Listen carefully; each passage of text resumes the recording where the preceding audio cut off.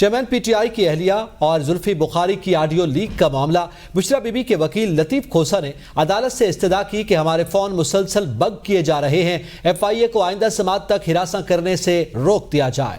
Justice Babar ستار نے کہا ہراسگی وسیع ٹرم ہے، کل آپ توہین عدالت درخواست لے کر آ جائیں گے، میں ایسا آرڈر پاس کروں گا جس پر میں عمل درآمد کروا سکوں کہ اس کی سماعت 18 ستمبر تک ملتوی کر دی گئی۔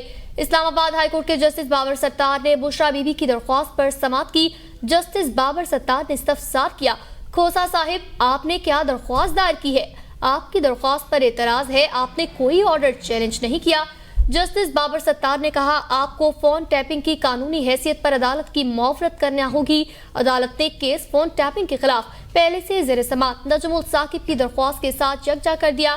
آپ کی درخواست پر نوٹ کر رہے ہیں اور اسی نوعیت کے دوسرے کیس کے ساتھ سنیں گے۔ عدالت نے کیس کی سماعت 18 ستمبر تک ملتوی کر دی۔